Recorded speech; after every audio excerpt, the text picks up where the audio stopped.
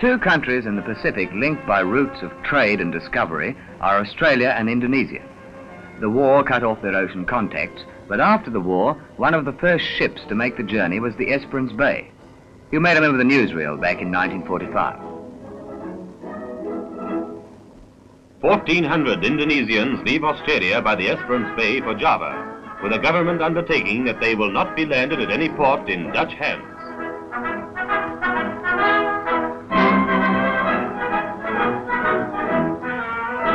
An official of the Australian government goes with them to see that the guarantee is carried out.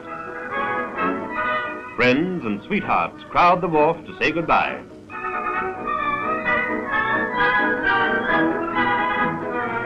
Before the ship sails, E.V. Elliott, representing the combined Australian trade unions, speaks to the men. As Federal Secretary of the Seamen's Union, on behalf of the trade union movement of Australia, I present to you this flag. Take it with you to your young republic as a symbol of the support of the Australian workers in your fight for independence.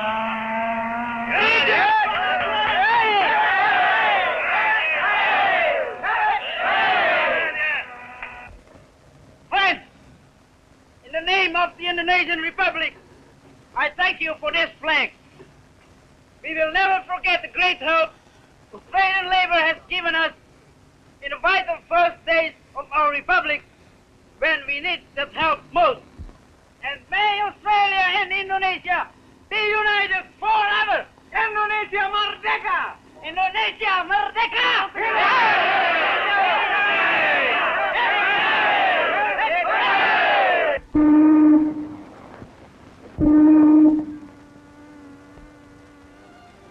On that October day, the Esperance Bay sailed from Australia for Indonesia.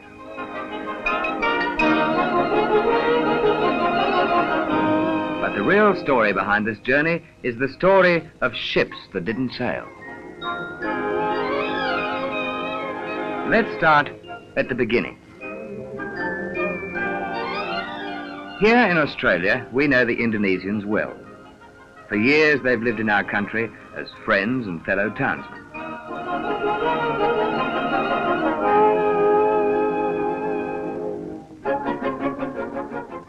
The women learnt the names of our vegetables. And mothers found that children were much the same in any language. There were the Indonesian soldiers and seamen. Our boys knew them as good fighters against the common enemy, Japan.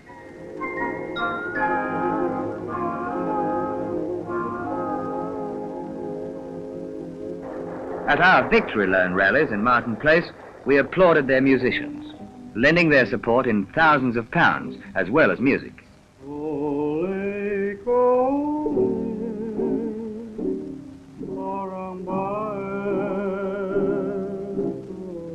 We liked their old Indonesian folk song, even if we didn't understand the words.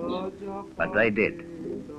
Yet here in Australia, it wasn't just the river and rice fields, the villages of their homeland they thought about, but something they didn't have before the war.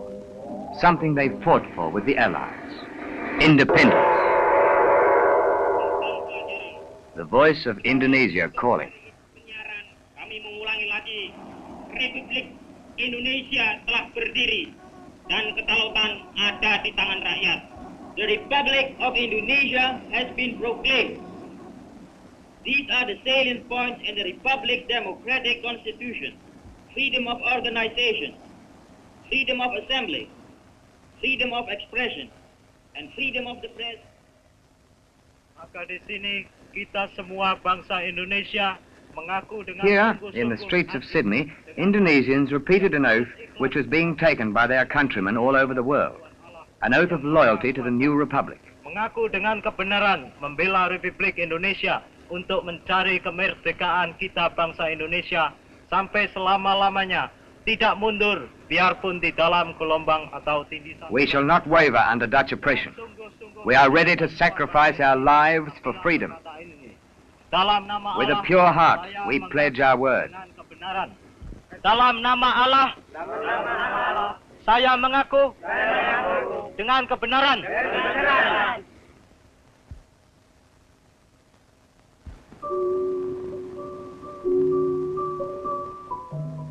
That night, they celebrated independence with the dance of the knight and the princess.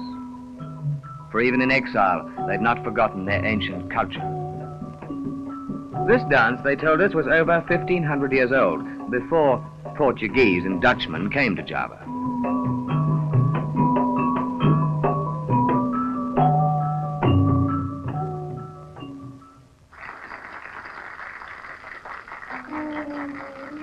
The wives and young citizens of the new republic were there too.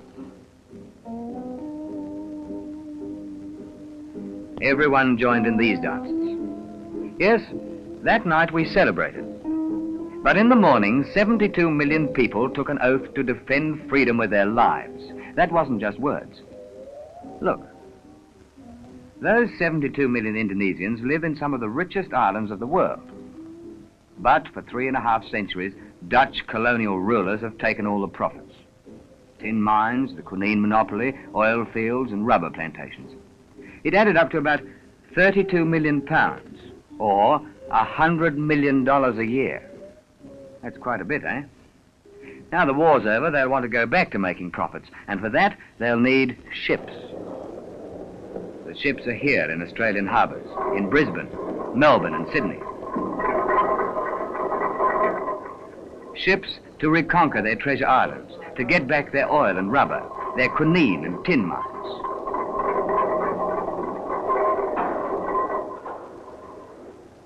Ships to break the back of the young republic. Ships to carry soldiers. Ships to carry guns.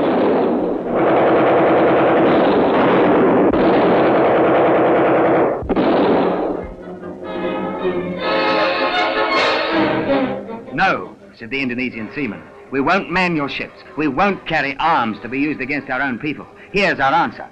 Direct action. They left the ships. They walked off the wharves. They quit the offices. Soldiers refused service. It takes courage to strike against your rulers in a strange country, but they did that. And the Japs didn't tell them what to do. 350 years of Dutchmen taught them. They got together with Australian wharfies right here on the docks while the big ships waited. They spoke in a language workers in every country understand, of bad conditions, low wages, and what those 350 years of Dutch colonial rule had meant to Indonesia. The news spread, and waterside workers came from other wharves to listen. Finally, it turned into an impromptu meeting. That's when Australians had their say. Indonesian seamen weren't allowed to form a union till they came to Australia. We helped them get organised, and now we can't let them down. We can't scab on fellow workers.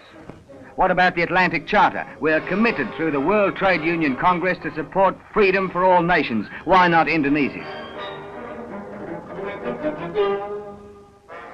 Their spokesman asked for just that. Our support for Indonesia's struggle for freedom and self-determination. Well, it's up to us. Declare Dutch ships for Indonesia blank. When the wharfies sat down, it meant action.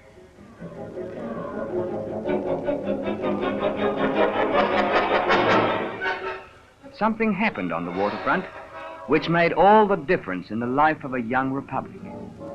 The Dutch companies, who had once had a great fleet to carry wealth from Indonesia, now had to beg for every ship to take them back.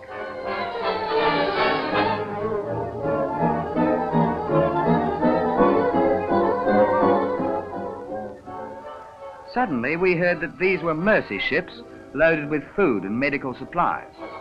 Dutch authorities said they knew nothing of Tommy guns and ammunition alleged to be found by waterside workers. But they could hardly deny the statements of Mr. Chifley, Australia's Prime Minister. The war's over. Go back home. Australia supports a free Indonesia. You fought for your freedom. Let the Indonesians have theirs. Arms and now soldiers. 1,600 armed Dutch soldiers bound for Java, lining the decks of the Stirling Castle. Australian diggers went out to meet them, and one Dutchman who spoke for the workers of Holland supporting Indonesian freedom. Indonesia. Don't fight for Dutch imperialism. Australian support a free Indonesia. Australian support a free Indonesia. The world over. But the Dutch didn't want to hear the truth.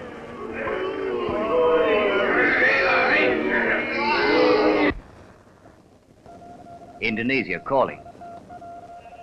Through a static of gunfire, they heard the voice of their homeland, asking them to keep up the fight, to hold up all Dutch ships carrying arms to be used against the new republic. Indonesia.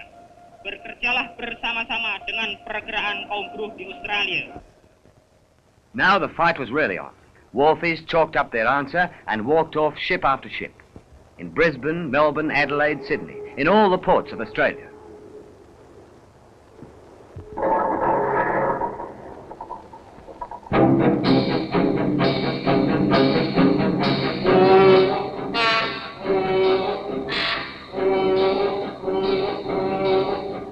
They said to the Dutch, loading ships is our livelihood. We'll load ships for Indonesia anytime if we get a guarantee that the cargo isn't arms or supplies that could be used against the Indonesian people. We never got that guarantee. The black band spread as other unions joined the struggle. One day it was the transport workers who turned off their ignition keys and left Dutch freight stranded. Next, ships' painters stopped work. Dutch ships were too black for them to put another coat of colour on. Engineers and repair workers turned their torches in. Shipping clerks turned a deaf ear to Dutch orders. Australian seamen had been in it right from the start.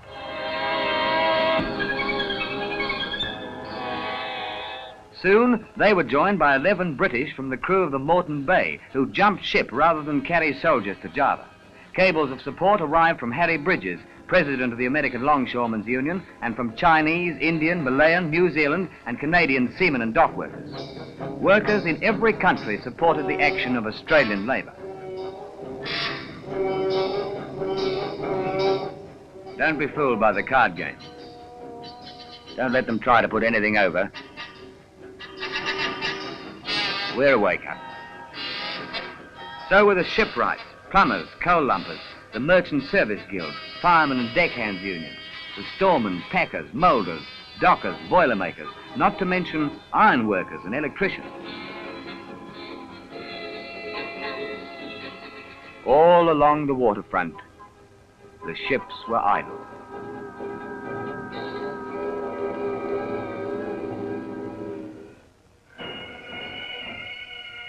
The people had acted, and now came the voices of leaders supporting the principles of the Atlantic Charter.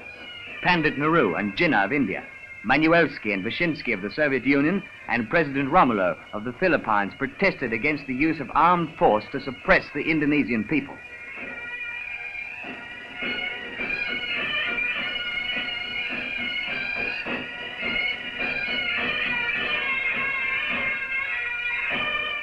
At a record meeting in the Domain, this returned soldier reported that Indonesians had already proved they could govern their own country.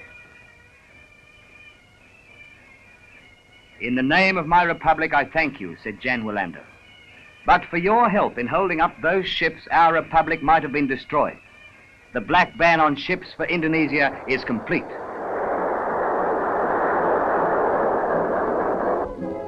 In the office of the Indonesian Seamen's Union, Max Sekantu and Tukliwan kept check on the ships that didn't sail.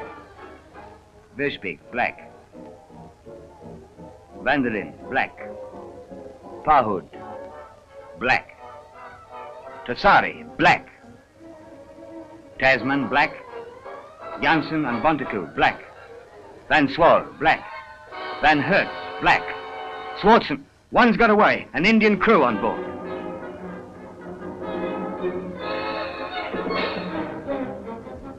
All right, so he was mad, thinking we could stop a ship. But you don't know what that one ship meant to us. It broke the ban. The Dutch had sneaked it through by putting an Indian crew on board. Our boys didn't have much of a cruiser to go out and do battle. They didn't have any guns or ammunition, but they had words, and they were talking to Indian seamen, Indian brothers.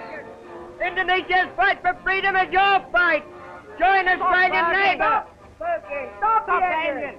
Turn the ship Stop back. working. Stop the engine. Baik, baik. Sumia jahat memukau. Tumara baiko. Indonesia pun sukses. Marahai. Kam curo. Engine room kam curo. Jahat kum ke melega. Seamen, don't take arms to Indonesia. Stop working. Turn the ship back. Louder, they can't hear you. Brothers, turn the ship back. Indonesia's fight is your fight. Go on, call again, it's not too late. Brothers! Indonesia lalai kita hai independent. Tum jangan stay mereka.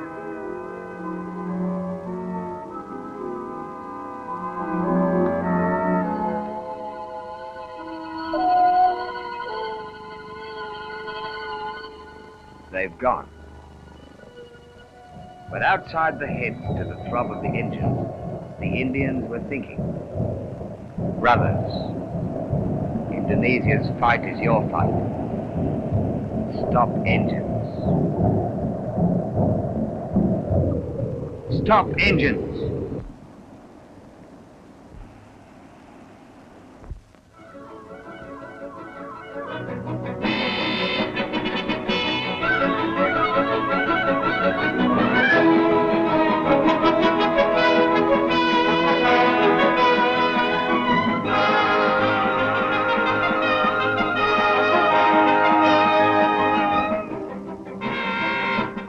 They've come back.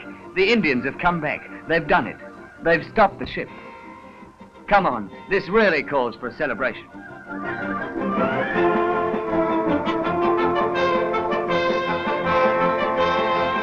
They held their meeting of celebration on the nearest street corner.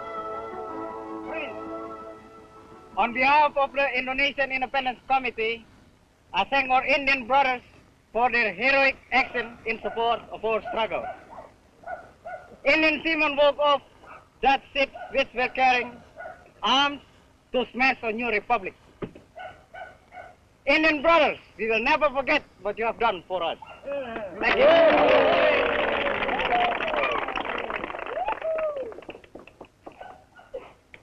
Friends, we were informed that we were to repair Allied troops and to take route to Borneo.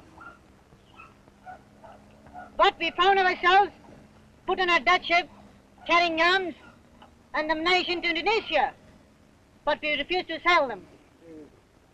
The Dutch threatened us with a gun, but still we refused. And now we will not sail with the ship. Their struggle is our struggle. Their victory is our victory.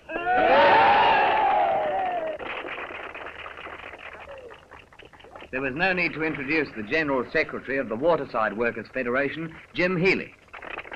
During this war, the principles of the Atlantic Charter were declared by Britain and America and approved of by Russia. These principles must be applied in the Pacific and to the Indonesian people.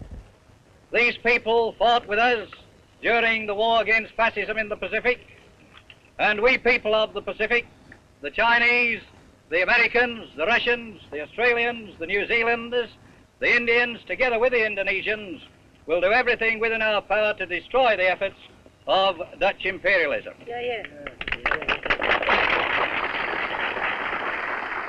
Chinese seamen had taken the hat around again, which brought their contribution to the Indonesian fund up to £1,100.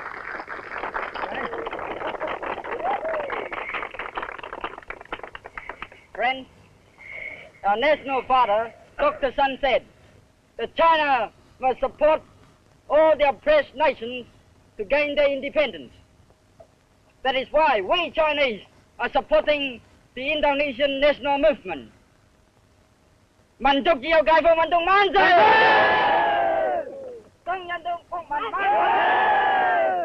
Long live the independence movement!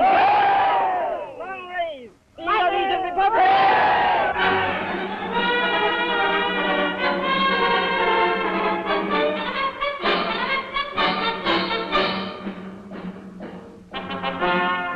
It grew out of the cheering. Indonesia and her allies moving forward. The people of 5 nations who had stuck together. They marched toward other battles. And below them, under the bridge, lay the ships that didn't sail. Ships that didn't sail so that a young republic might live.